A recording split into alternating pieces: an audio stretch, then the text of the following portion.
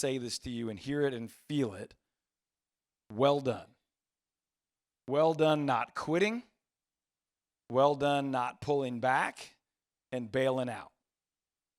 It's been a wild year or two of real estate for a lot of us in a lot of markets.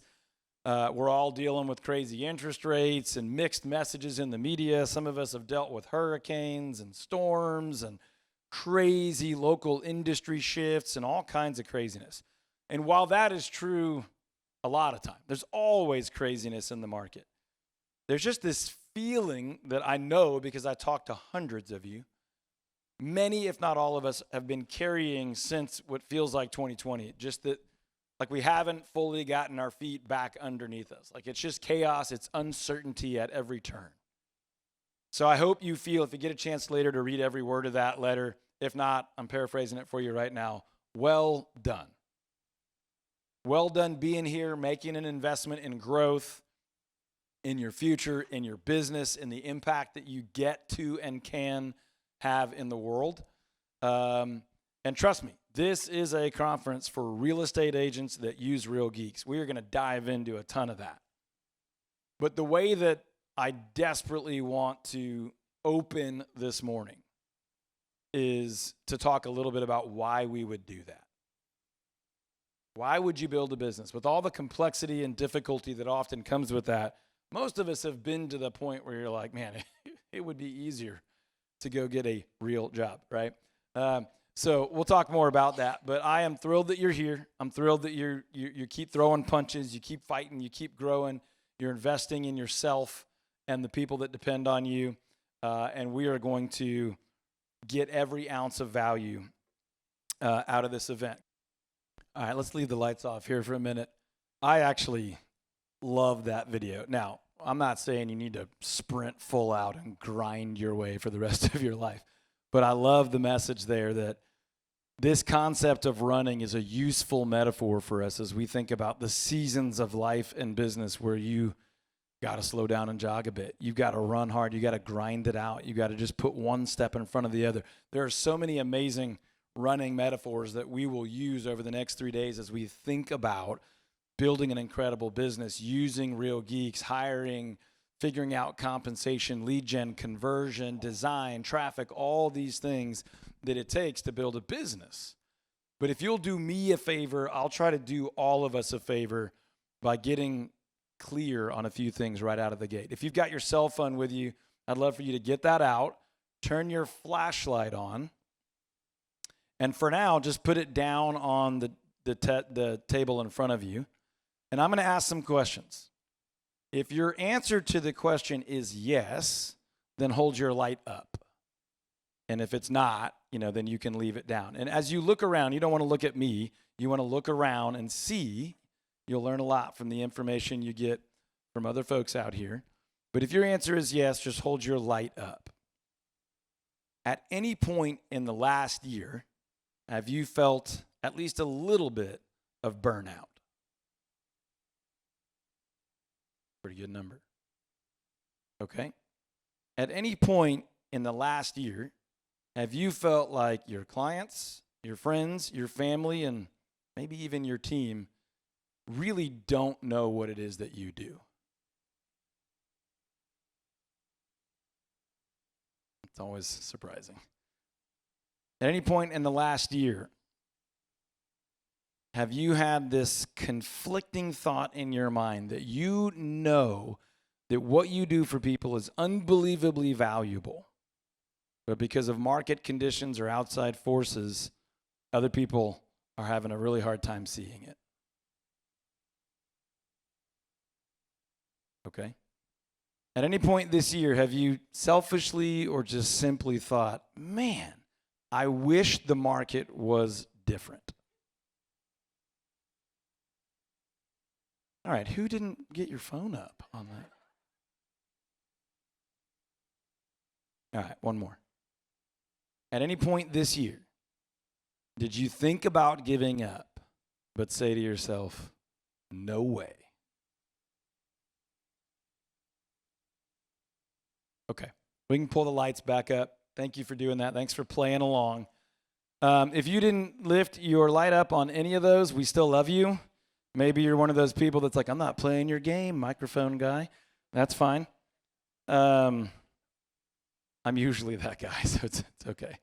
But I appreciate your honesty. We did that in the dark, so if you weren't proud of some of those answers, you could still answer them. But hopefully you looked around and saw that a lot of people in the room have felt a lot of tension for different reasons. I could have kept going, for different reasons over the last year.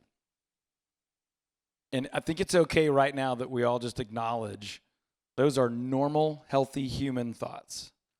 But you are in this room because for some reason, and I hope to help you in the next 30 minutes or so clarify that reason. For some reason, there's something to fight for. There's something that's worth pushing forward, continuing to grow. And by the way, when I say grow, that does not always mean more units sold, more sales volume, more agent recruiting, all that stuff. That means growth towards your vision, whatever your vision is of the business that for you will support the life you want to live. So what we're hunting down is the reason that we run. Now, a lot of you right now would be like, I already know my reason. It's my kids, it's my spouse, it's my horses, it's my home, it's my vacation house. That's great, but I would love to challenge you to think a little bit deeper this morning so that you can have as much clarity on that as possible as we dive in the next 3 days on a lot of specific technical how do you do that, who did you use for that, how do you integrate that, those kind of things. Let's get that fire brewing in our belly that says, I will not quit. I'll run through the wall. I'll keep going. I will keep putting one step in front of the other, regardless of market conditions. It's great to run hard for ourselves. It's great to run hard for the short-term rewards like money. And it's even okay to run to beat other people. Not always the worst thing. Some of you felt that deep. I saw a lot. I've done things to prove other people wrong as well. It's usually motivating. It just doesn't last.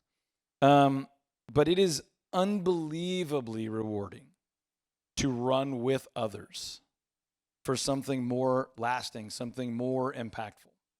And that's where those family motivations, legacy motivations, impact motivations come from.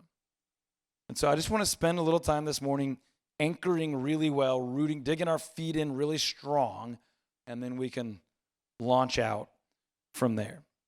My goal is that 3 days from now, you are so much more clear, so much more confident, so much more aggressive with your passion and your energy and your focus towards the life that you really, really want to live. Obviously, that's going to include, if you're in this room, a real estate business of one kind or another, and that's a really big part of your life. But if your real estate business is actually tanking your life because you're owned by your cell phone and you actually don't have nights and weekends, you might even have a ton of commission income and money and trophies and recognition, but your life doesn't look the way you want to live. Are you winning? Are you running to win? Or are you running for someone else's goals or some reason you didn't even come up with? Are you actually running the wrong race to the wrong destination? So, my goal, 3 days from now, you will be very, very clear on that. You will have written it in your notes. You will have typed it into your phone. You will have a burning clarity to go back where we came from, whether it's blocks away or hours and hours away or borders away, and be fired up to go run your race to win. Now, there's a bunch of aspects of that will apply to most of us, and we'll discuss some very specific items right now.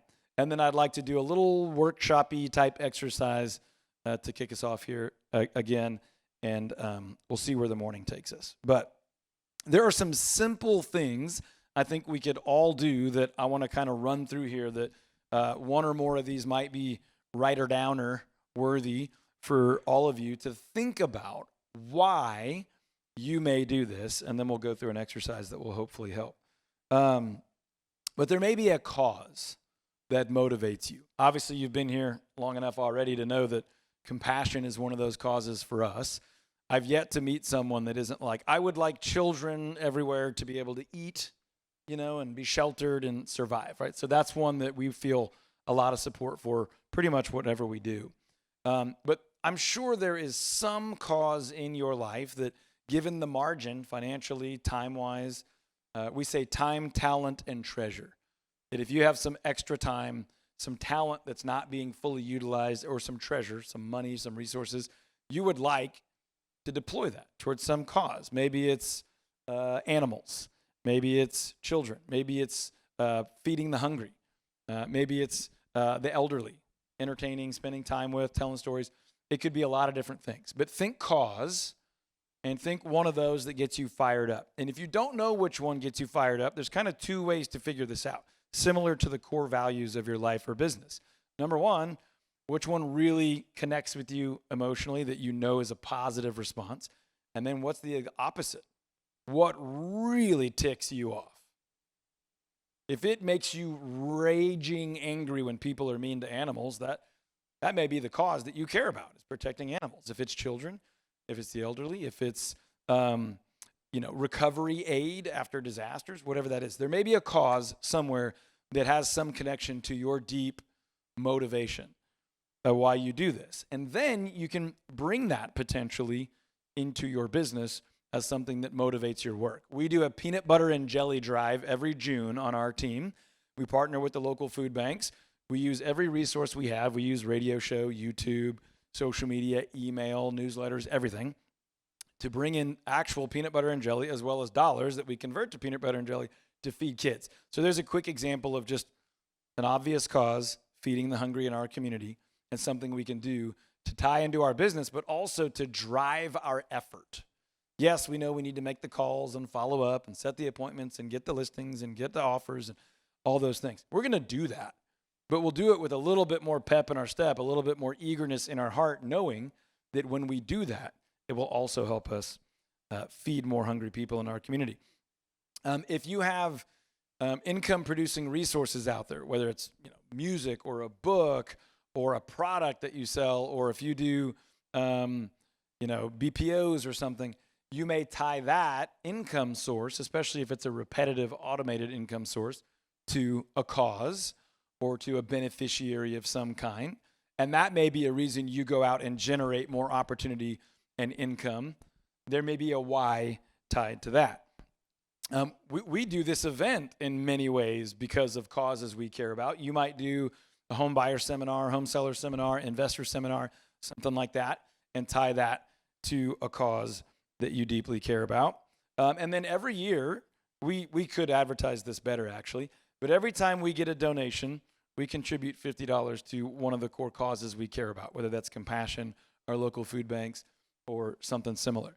But those are things where if you can identify those causes you care about and that you want to make a difference in, none of these ideas are going to blow your mind. I'm just trying to give you some illustrations of how you might tie the reason you really are driven to keep going to your business. Now, here comes the exercise. If you'll turn to, I think it's 13 in your booklet or whatever you're using to take notes, there should just be a blank piece of paper there. And I would like to ask you just a series of questions here and have you answer them.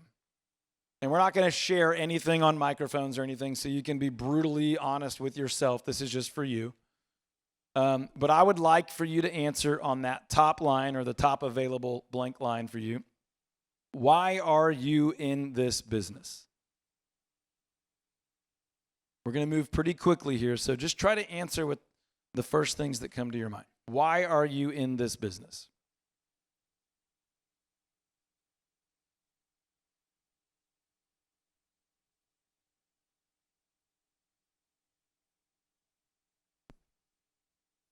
Now, I'd like for you to look at that answer and ask yourself this question and write the answer on the next line. What's important to you about that? If your answer was to make money, what's important to you about making money? Sounds like an unbelievably stupid, obvious question, but I would like you to answer it on that next line. What is important to you about that?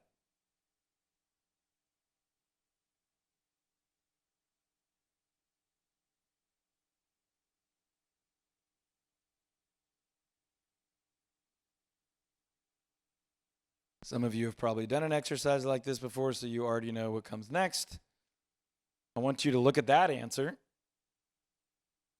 and ask yourself, what is important to you about that?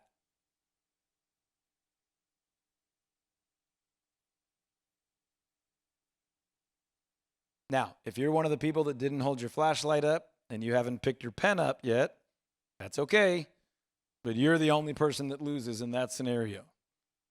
You don't prove anybody else wrong. You just miss out on an opportunity to really anchor your life, your business, these next 3 days in the why. And we've all heard this, like, know your why. Most of us have done it, but really probably not landed in a really significant place. So we're just trying to do that for our next 3 days here. So what line are you on? The third line now? Okay, I'm going to ask you the same question, but I want you to think about it a little bit differently. Okay, the question is, what's important about that to you? But think about it this way. What would it look like if you were not able to achieve that? So if your first answer was make money and your second answer was to provide for my family, and then your third answer might be because that's what I'm supposed to do, something like that. Well, what would it look like if you didn't provide well for your family? You might say something like, I would be a loser. Well, now we're getting into some meat here, right? And so you might answer that third thing so that I can fulfill my duty, my obligation, my calling, something like that. So write that third one down.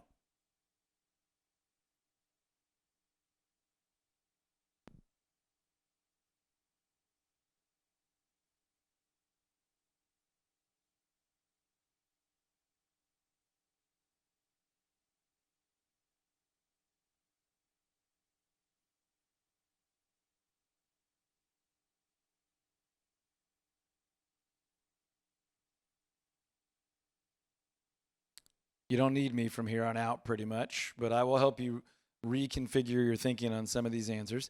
So we're going to look at that answer now, and we're going to ask yourself, how would it feel to have completely achieved that 100%? And what's important about that to you? So answer that on that next line. Picture it in your mind, feel the feels, smell the smells, put yourself in that place. We're not going to do a close your eyes scenario. I'll save you from that. But go ahead and think deeply about that answer. And because I can usually be the person in the audience not fully partaking, those of you that are there, I just challenge you to do this, even if it's awkward, and see what you come up with. And if you don't like it, throw it away. I don't care. This last one was just, hey, how would it feel to have achieved that 100%? That last answer. Whatever your last answer was, I've achieved that 100%. How does that feel? And what's important about that to you? So what would be important to you about having achieved that, feeling that way, experiencing that experience? Now, how many lines have we written on, Scott? Right? So we are just now getting into the good stuff. So if you're not familiar with this exercise, trust me, I know this doesn't even feel like it's worthy of the label exercise. This is just a very, very simple question. But in our office, we call this the core motivation, or in NLP training, you'll hear it referred to as the ultimate scenario or deep desire, whatever. We're going 5, 6, or 7 layers deep. That's where we're going, right? So we're most of the way there, but it just starts getting good around this 5th layer deep. So you can take and use this exercise if you're recruiting. You can use this exercise with yourself. Why do I want a new car? What would be important about that to me? Well, what would it look like if I didn't buy a new car? And you can really drive down to the core motivation of why we do things. It's a really helpful exercise, especially if you're a leader of any people anywhere. Children, team members, nonprofits, whatever. Really valuable exercise. And on the fly, you can just stop someone in their emotional, their impulsive decision-making and go, time out. Why is that so important to you? And it will really help clarify the wisdom of a decision or the motivation behind something. So we're at number 5. Look at your last answer. read it back to yourself, and then ask again, what's so important about that to me? Why does that matter to me enough to go and do lots and lots and lots of really hard, consistent things over a long period of time, not follow all the shiny objects, not bail when it gets hard, not quit when the market shifts? Why is that thing so important to me?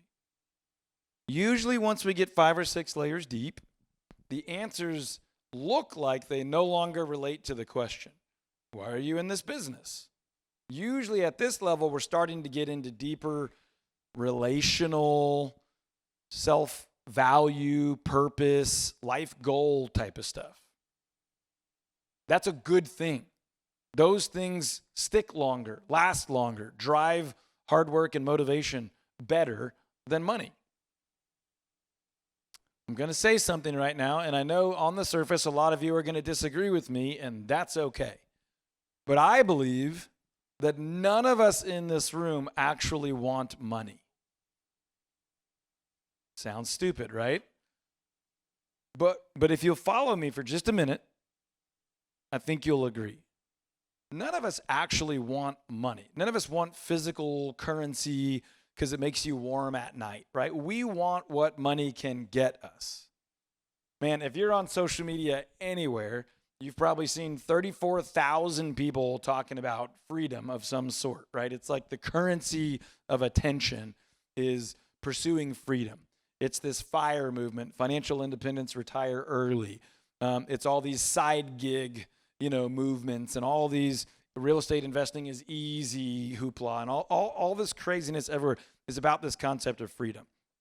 But what we really want is what money can get us, right? So the person that wants the money really wants a Ferrari, and they want the Ferrari because they want what the Ferrari will get them, which is people thinking they're cool or thinking they're successful or liking them or dating them or whatever the case is. And that is only there are we starting to get at what that person really wants, which is some sense of belonging or fulfillment or connection or purpose or something like that. So we're just getting there in answers 5 and 6 and 7. So I want you to look at that last answer you wrote down. I want you to read that back to yourself. And I want you to ask again, why is that important to me? How would I feel if I did not make that a reality? If that was not true about me? If I did not achieve that? How would it feel if I did? 100%. Check, check, check. That's where I am. Safety, security, whatever those previous answers were. Protecting future generations, insulating my family from having to be uprooted or move or change my children's schools or, whatever those things that motivate you are. So at this point, you should probably be in that 6 or 7 range, depending on if you hung with us all the way through. And hopefully you're looking at something on your piece of paper that is a better answer than answer number 1. You do not have to share your answer. But raise your hand if you're willing to work a little harder, fight a little bit more, be a little bit more persistent about your number 6 or 7 than you were about your number 1. Okay, almost everyone. So we're not finished with this yet, but my hope is that this piece of paper will be part of what I told you just a little while ago. My goal for you was that 3 days from now, you would have significantly more clarity and conviction and your ability to visualize and personalize why the heck you do this and what you're building. If we had just kept going with the light, I would have had a little bit more fun with y'all. But one of the things I probably would have asked is, at any point have you felt like you were building a business that was not the one you originally set out to build? And I would have had my light very, very bright, especially, 12, 13, 14 years ago. When I was building the business, I thought you were supposed to build. I thought everybody was supposed to build that business, right? Most possible sales, no matter what. And I could tell you we are so far from that these days. So much happier that is not the business we're trying to build. But again, we live in a world where we have so much access to so many so-called examples of how other people are doing things that it's easy to latch on and go, that's how I'm supposed to do it, like her, or his way is the right way. And by all means, you are here in part to pull nuggets and ideas, maybe even complete systems and models from other people. But my hope is that you can now filter it through why you're doing this. What is important about your business to you? What's important about being in this business to you? Okay? So if your sixth or seventh answer is better than your first, how deep could we go? So I'm going to give you seconds, 30 seconds or so right now, to start at the top, read your answers as you work your way down, and potentially, for now, put a little phrase or sentence at the bottom and kind of put a bow on this, and then challenge you to think about it more later. But I'll give you 20, 30 seconds right now to recap that.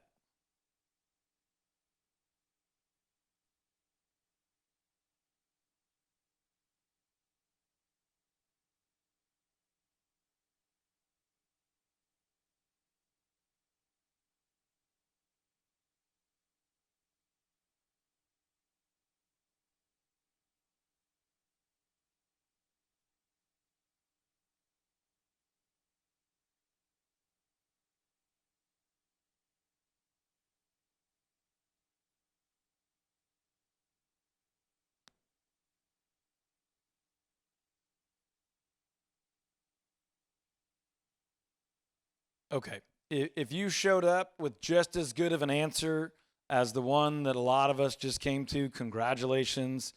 You've put in the work. You've been thoughtful and discerning and wise about your business. And I'm sorry that we started off so slow. For the rest of you, well done.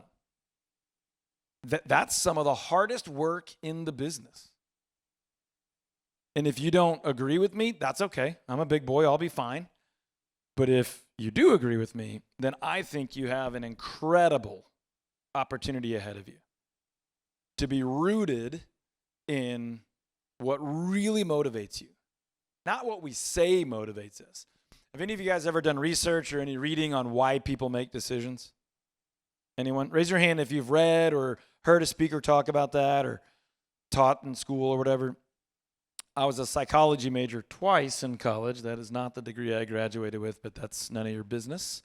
But I love the way the brain works. I read everything I can get my hands on. I think my favorite class in all of my education was a class called neuroscience, of just how the brain chemically works. But more than anything, how human behavior works, right? If any of you have ever seen an incredible magician or a mentalist at work, really they're just unbelievably highly attuned to human behavior. And they know how people operate and what we respond to and don't respond to and like and don't like. And I want you to know that about yourself. Now, this conference is not going to be about this, but we wanted to start there and root in this, and then we're going to go get after all kinds of technical real estate and technology stuff. So trust me, we're going there. But we tell clients in our office all the time how important it is to slow down before we speed up. Does that make sense? You have a pretty good idea of what I mean when I say we need to slow down before we speed up? Anyone ever had an adolescent child? I'm like, just think before you act. My son had a Little League game last night, and he thinks he's so clever. He actually is, but, he's ahead of himself. He goes out to warm up to pitch. And I'm watching him warm up at like 30% speed. And I lean over to my wife and I was like, I know exactly what he's doing, and it is so stupid. He thinks he's tricking the other team into thinking he's a slow pitcher. And then when the first kid gets in the box, he just smokes one. That's exactly what he did. And then he got up to bat the next inning, and the pitcher hit him with the first pitch. And I was like, that's what you get, you little punk. So it was the 7th time he's been hit by a pitch in the last 3 weeks. So I think the league is on to him. And I'm not exaggerating, 7 times. I mean, that's Craig Biggio numbers right there. That's impressive. Sorry for the Astros restaurants. If those of you are Astros fans, it's been a rough week so far, but it's not over yet. All right. So if we know how our own minds work, that's some of the hardest work we can do to ensure that you will build a 7-figure real estate business. What? what is this guy talking about? Don't we need agents and leads and conversion? Yes, we need all of that. But that stuff will be a hot mess of a dumpster fire if you don't have the clarity of vision of why you're doing it and what you're actually building. So I am forcing us to linger in this conversation longer than some of you may feel we need to, so that you can do that thinking. You can put in that work. Now, I believe that almost all of us at the bottom of that list, our answer has something to do with one of two things and probably both. Number one is relationships. Now, I'm not here to impose my faith on you in any way, but as a Christ follower, that's very clear to me that relationship is what I'm built for, right? So again, not to impose that on you, but ultimately I think if you do this 5, 6, 7 exercise, this core motivation exercise on almost anything, at the depth of why we do things is usually relationship, right? I want to impress my wife. I want my children to come back home to me. I want my friends to remain my friends. I want people to like being with me, love and respect me, those kind of things. It tends to be relational. And then number two, it tends to be related to impact. So in our coaching business, if you've been around us at all or seen anything we do, that's what we say all the time, is we help people build businesses that will support the lives they want to live, lives of purpose and impact. By the way, that sounds really specific compared to a lot of other coaching businesses, but in my mind, that sounds really broad. Like, we want you to build a business to do what you want it to do. Now, we specify purpose and impact, and we try to help you do some of what we're doing right now. What is your purpose? What is the impact that you want to have? What is driving you? Why are you here? So hopefully this is helping you answer that question. Hopefully this will help you launch out from there and stay the course and be able to say, yes, we'll do that. No, we're not going to do that. So let me give you one more exercise or one more tool, not exercise. People that didn't want to write, it's not an exercise, it's just a tool that will help you be able to say, yes, we will do that. Yes, let's build that. Yes, I'll buy that. Yes, I'll sign up for that. Or no, that looks great, but that's not going to help us get where we're going. No, that's not consistent with what we're doing. That's not part of our vision. Sounds great, but not for us. Not now. Raise your hand if it would be helpful to have a singular tool to help you make almost every decision in your business. Okay, for real. John, why did you not raise your hand? Okay, just making sure. Been a Real Geeks user since 1983. He's not raising. I'm just kidding. 13 years, Real Geeks user, by the way. I think you had me beat, though. You and Dino were like the two before me, cranking the hamster wheel that was Real Geeks at that time. Okay. This is the least unique story that I may ever tell you. Raise your hand if you have heard the story of Great Britain's 8s rowing team. Okay, 5 or 6 or 7. So it has all of a sudden in the last year or two become like everyone's favorite story to tell. I'm going to tell it, but maybe for a slightly different reason. Maybe not. But if you haven't heard it, I will summarize it and my information will be mostly accurate, okay? The takeaway will be the same. But basically, Great Britain's 8s, which is the number, the size of boat and the number of people rowing and all that, it's one of the crew rowing events, was good, but not good enough for quite a long time. As a matter of fact, in the 90s, there was one year where they came in 7th place in almost every race they entered. So the good news is they were qualifying for races and all these things, but they literally were coming in 7th over and over and over and over again, and they were utterly dissatisfied with the result, as competitive athletes would be. Okay, so they got super fed up. They basically had a series of meetings with their team and said, we can no longer settle for 7th place finishes. Okay, that's just not good enough anymore. We know we're capable of more. We want more for ourselves, and we want to represent our country better, and all those things. So as I'm telling this story, think about how you could parallel this to yourself, right? Who are the people that depend on you? Who are the people that you represent? Who are the people that expect something from you? Who are the people that you might be embarrassed in front of, or you may be proud to succeed in front of or for? Okay, so think like that. That's how the British rowing team is thinking. They come together. Doesn't really matter how they come to the conclusion, but the ultimate conclusion is they bring everything they do down to one question. What's the question for the people that have heard this? Nothing. Okay. Will it make the boat go faster? That's it. Should we do that? I don't know. Will it make the boat go faster? Actually, no. Okay, then we won't do that. Should we should we go with, I'm making stuff up, should we go with the carbon fiber oars? I don't know. Will it make the boat go faster? Yes. Then we'll do that. Spare no expense. Refuse no commitment, no work, no physical endurance, pain, struggle. If it makes the boat go faster, we do it. If it does not make the boat go faster, we will not do it. Now, quick caveat, if it causes you to commit a felony or harm somebody else or anything like that, it's still okay not to do that even if it makes the boat go faster, because those are what we call crimes, and we don't want to be criminals. I don't. DM maybe. Not something. I'm just kidding. Just kidding. DM is wonderful. She sits up front and makes me feel like what I'm saying makes sense. Thank you for that. Okay. So, what is your question? Will it make the boat go faster? What is your question? Now, throughout the conference, I may use this a few more times. Our other speakers are welcome to adopt this. So if someone is teaching, speaking, sharing, answering a question, helping, serving you in some way, and the question comes up, would that make your boat go faster? I want you to replace that in your mind with your question. So look back at your sheet. What was your answer at the bottom?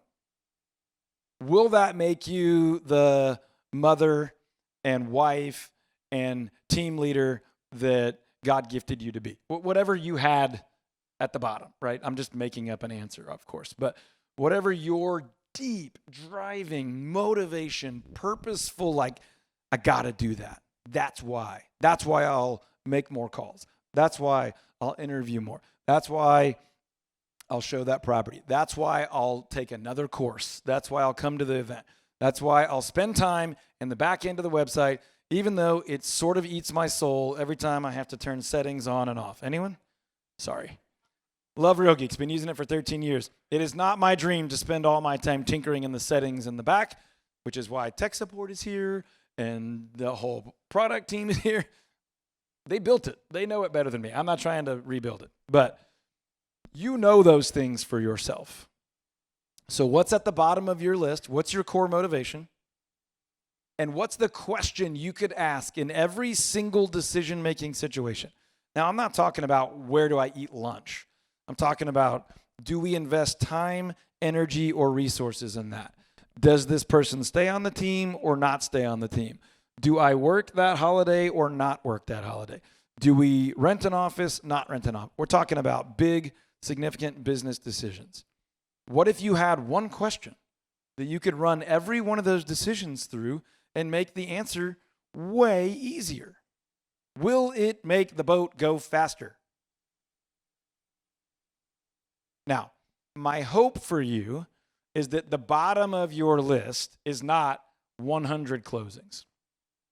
That was higher up. And that's great if that's higher up. $1 million in net take-home commission income. Those are great goals. But that shouldn't be the bottom of your list. The bottom is something more meaningful, significant, worthy of, going to war for. But in theory, if your goal was represented by 100 closings, then your question is, will that get us to 100 closings? Nope, don't need it. That's a distraction. Will it get us to 100 closings? I really think it will. Then we'll find a way to do it. Now, again, further down the list, will that help us serve our community in a way that nobody else does? Will that help us make a global impact? Blah, blah, blah, blah, blah. Steve Jobs gets quoted for lots of things. He said some of them. But I think he said this one. And basically it boils down to him talking about putting a dent in the universe. Now, there are some things about Steve Jobs that I'm a big fan of and some things that I'm not. I've caveated that for those of you that like don't like him at all. But this is a pretty significant thought.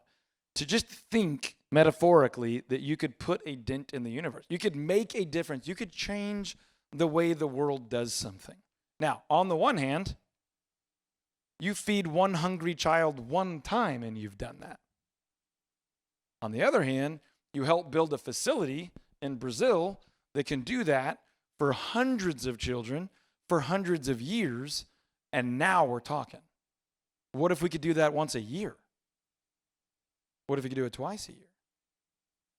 Now you start asking yourself, would that help us make a dent in the universe? What is your question? Now, another big thought for this morning.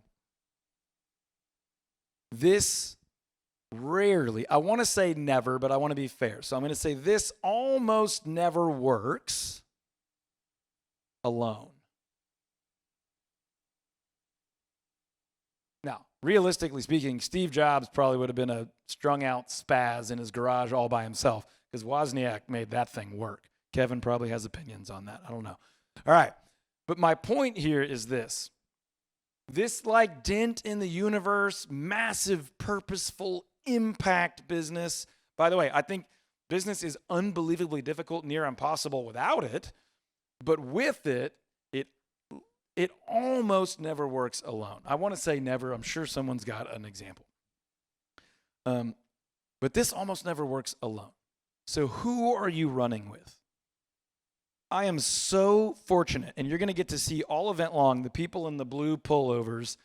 That is our team. You'll rarely hear me say my team unless the context just dictates it, because I am well aware that I am just one member of this incredible team of gifted people that have shared values. The bottom of our lists are not the same, but they're very similar. They're connected. When I say, let's go do a bunch of stuff that doesn't earn real estate commissions to serve others and feed kids, nobody starts backing up. Our crew leans in and goes, let's go. You want to use my truck? Where are we going?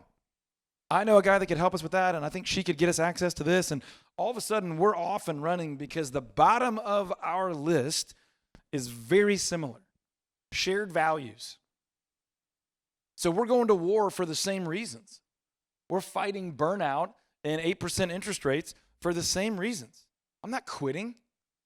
First of all, I'm not quitting on these other people. Second of all, maybe more so, I'm not quitting on the bottom of my list. I'm not quitting on my ultimate motivation, my core, why the heck am I doing this? So what is your question for you, your team, your office, your business, your family, that you can run those decisions through?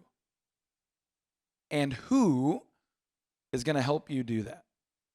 We're talking about the rowing team, not just the one person, not just the team captain that's like, you can't do that because it won't make the boat go faster. Raise your hand if you love being told what to do by other people. Right? Typically not a real entrepreneurial travel to learn to grow your business kind of crowd would go, yes, I love that. Right? Now, raise your hand if you absolutely love being on a mission with amazing people. Basically everyone except for the people that just refuse to raise their hand. Okay, so who are you doing that with? Here's my advice for you. Other than the core motivation, this is maybe the thing I hope you take away from this more than anything. Don't go alone. Number one, it almost never works. Number two, it sucks. It is not fun to constantly adjust to the market and shift to consumer confidence and needs and demands and information and marketing and technology and artificial intelligence and virtual reality. It's exhausting. Don't go it alone. Now, I'm not saying you can't be a solo agent. There's going to be multiple panels throughout the conference where you're going to hear from solo agents, team leaders, team members, brokerage owners. The whole spectrum is worthy. And I know there's tons of coaches and leaders out there saying, well, the market's changing and this kind of model is going to go away. And this kind of model is the only way that it will work. feel free to listen and follow those people. I don't. I believe that every single one of us was created with unique gifts and abilities to go and share value with the world in our own unique way. And if you want to do that as a solo agent, great. If you want to do it as a small kind of semi-team or a monster team or a brokerage or the next multi-level brokerage amoeba taking over the planet, great. All of them are viable. The real question is, why are you doing it? Are you clear on how you're doing it? And my big nugget here is don't do it alone. So let me just clarify, because obviously the solo agent model might be a little sensitive to this. What I mean is, don't be the only person bought into your vision and your goal and your why. That could be a spouse. That doesn't have to be 12 other real estate agents. That might be an assistant. That might be your vendor partners that are not just title, insurance, mortgage. They're people that do those things, but they know you. They know where you're going. They're invested in it. They share those values. They want to go similar places with their business, and therefore you are not alone. In our group coaching program, we really, really recommend people on a weekly basis to connect with those vendors. Not all your vendors, but those ones, the ones we were just talking about, the ones that become your people that you're with, so you're not going alone. Does that make sense? You might have 1, 2, 3 vendors that are of that level of connection, and maybe you have lunch once a week, or you jump on a Zoom call once a week and you just remind everybody of that core driving motivation. This is where we're going. This is how you can help. This is how I can help you. Let's go. That's what I mean when I say don't go it alone. Now, if you're a team, if you're always talking about sales, you're going to wear everybody out. And I've made this mistake before, so I'm not speaking from, perfect authority here. But if you're not recasting vision and communicating that why over and over and over again, you're in big trouble. Bill Hybels was a big pastor. He's made some mistakes, but he's also taught some really great leadership stuff. And he taught something that has become one of our company core values. 2 words: vision leaks. Vision leaks. And what it means is that you can cast a vision, and then every day between that day and the next time you cast your vision, that vision is leaking out of your organization. It's diluting, it's getting misconstrued, it's getting forgotten, it's getting rounded edges, it's getting less and less intense, and then you have to recast your vision. So don't go it alone. And amongst the people that you are pursuing this why, this business that supports the life you want to live, that all of you want to live, in Texas we say that y'all want to live. It's a logical contraction of you and all. It makes perfect sense, y'all. All the people that you're pursuing that vision with need to be clear on that vision and reconnect on that vision regularly. It's one of the reasons I love that we get to do this once a year. We all kind of reconnect, shared platform, not all shared values and vision, but a lot of groups of connectivity here, and reinvigorate ourselves and then go out and do battle again and come back in a year. Now, a lot of us connect again on Keeping It Reals and Facebook and phone calls and visiting each other's office and that kind of thing. I talk to hundreds of you every single year. I know Al does. I know a bunch of other folks around here do. Some of you I've never met in person, and we walked up to each other and we're like, hey, what's going on? We know each other really well. Connection. Continuing to recast that vision, because vision leaks. But know your why, and this is not in the purely Simon Sinek, way. If you don't know that book, he's got a great book, Start With Why. But what I'm talking about is specific to your real estate business. Why do you do it? What's that bottom answer on your sheet? Don't do that alone. And then really, who's already written down your question? Do you mind sharing? You don't have to. Will this elevate the living experience of my community? I like it. Right? So if it's ego-driven, self-serving marketing that really probably won't make its way to the community, it'll just make you feel good about yourself, then you go, will this elevate the living experience of my community? I don't think so. So we're not going to do that. Okay, should we host that event? Wink, wink. That will take a ton of time and energy and money, and we could look stupid and it could fail. But will it elevate the living experience of our community? Man, I really think it will. Okay, we do it. That's worth the grind. That's worth the risk. That's worth the expense. Anybody else have your question written down? You feel good about it and willing to share?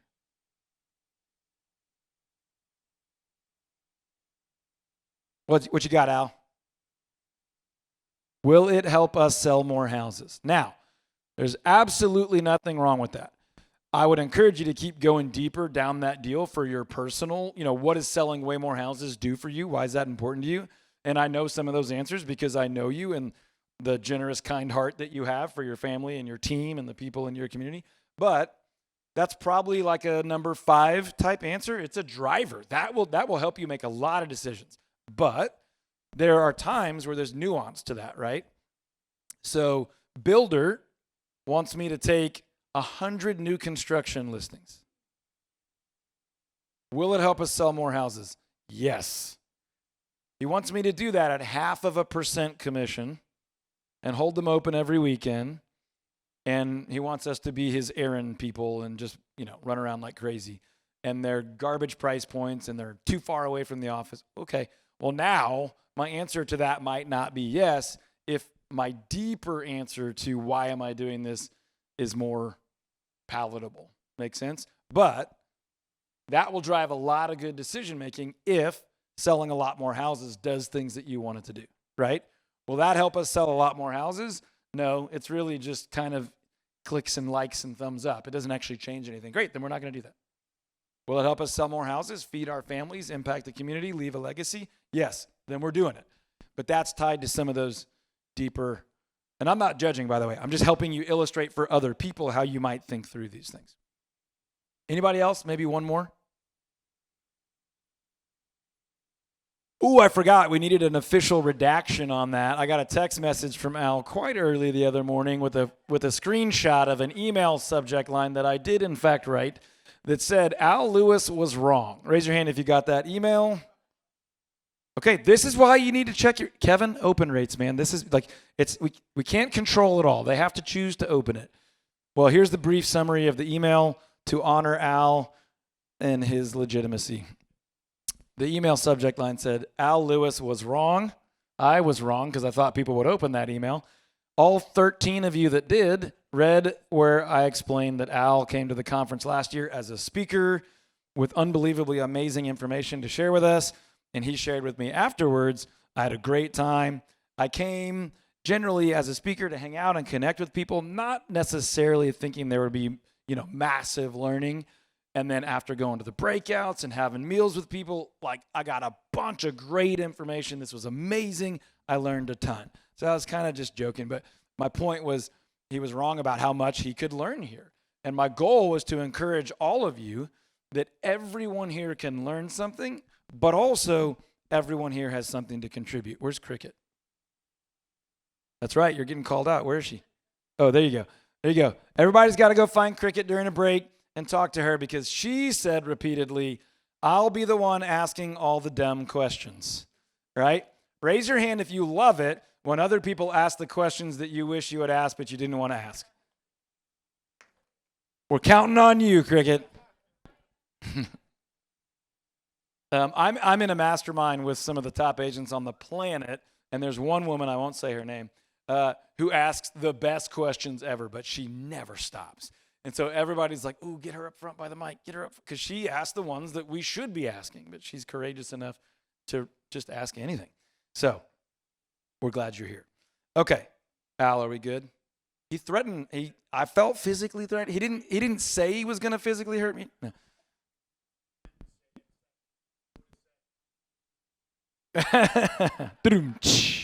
Wife jokes. All right.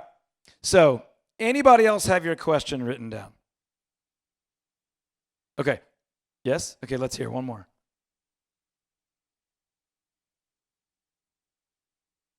Will it help change a person's life in a positive manner?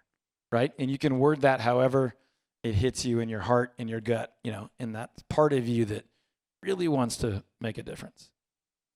will taking that client help change someone's life in a positive way? Any of you ever taken a client, not gotten paid anything, and actually been totally okay with it? You're like, that, I'm just categorizing that over here. That's giving. That's service. Now, have any of you ever taken a client, worked really hard, not gotten paid anything, and not been totally okay with it? That's different. That's called being taken advantage of. Like, you need to buy the refrigerator, and then you just have to filter all your thoughts. Stay where you are. Don't hit them. Okay? So, will it positively impact somebody else's life? That's great. I would challenge you to continue nuancing that because it is a business. We do need to generate income, right? Nothing wrong with that. So that's a great question. You don't have to change it. I would just continue to think about and contextualize when I ask that to myself or to team members, how do we interpret that, right? Because we could positively impact people all day long and our business could fail. So I love it. That's very similar to how we think about things. But I want you 3 days from now, if not already right now, to know, why do you do this? Number one. Number two, what are you building?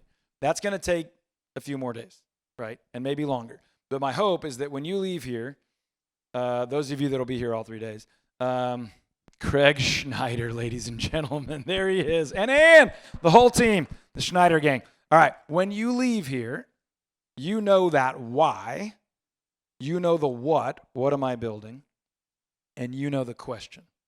The why, the what, and your question.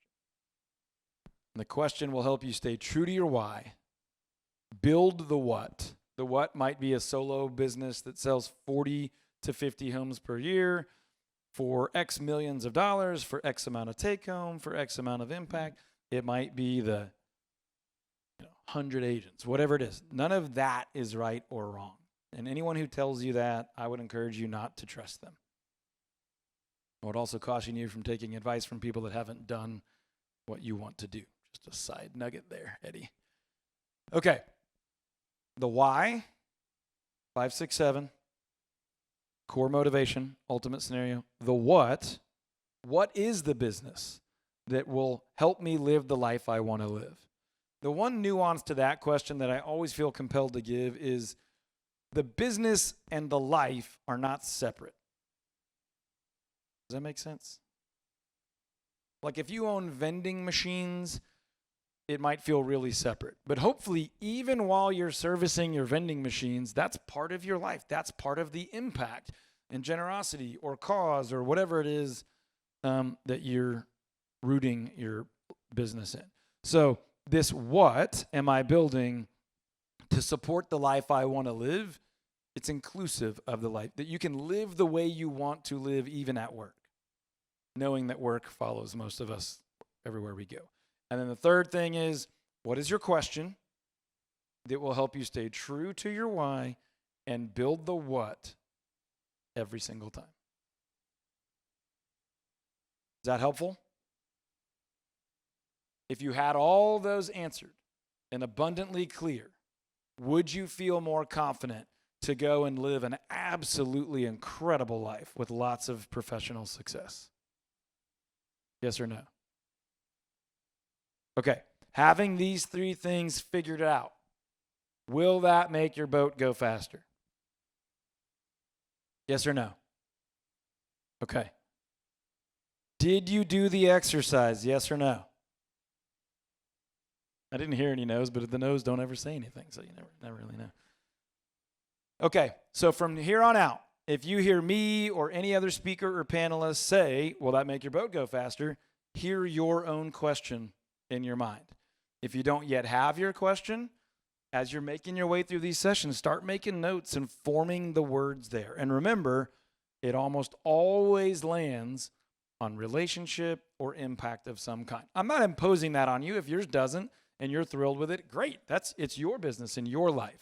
But I'm telling you, after having walked through this with many, many, many people, agents, team members, family, children, coaching clients, hundreds and hundreds of times, the ones that stick, the ones that really move people to do incredible things, they land on relationship and impact. And I think that's the way it's supposed to be.